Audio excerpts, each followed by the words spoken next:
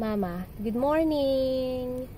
Let's talk about using pa rin, na rin, I think, palang, and I already discussed na naman before with the naman video. How do you use pa rin? Pa rin, how am I gonna explain that?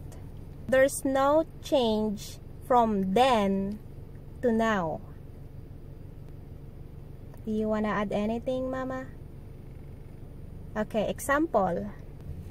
Right now, we're here at the parking lot at Dad's doctor, and he's about to have his blood draw today, but he decided to stop by here at his doctor's office to confirm that there's no problem on his blood.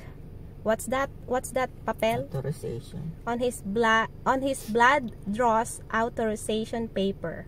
Or maybe he could get a new authorization paper, and it says on the paper, I mean, I took a photo of that, of their hours, and it says that they open at 8:30 in the morning, and we got here 8:35, and guess what?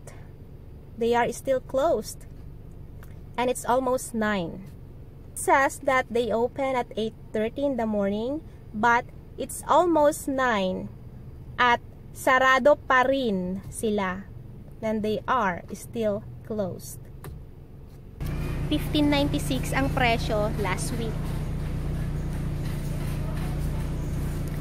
15.96 ang presyo last week.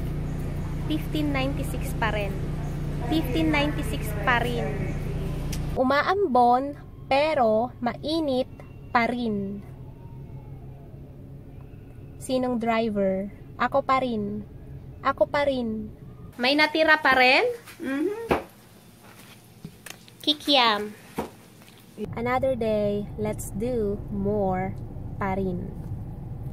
Inaantok ka pa rin? Wow, right timing. Inaantok ka pa rin? Antok ako.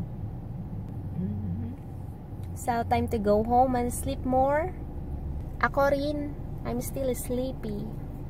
Ay, oo nga. Inaantok pa rin damit na ako. ganyan. Ano, pati Ako rin. Me too. Meron niya para akong damit na ito. Inaantok pa rin ako. Nakita ko na, naalaala ko yung damit.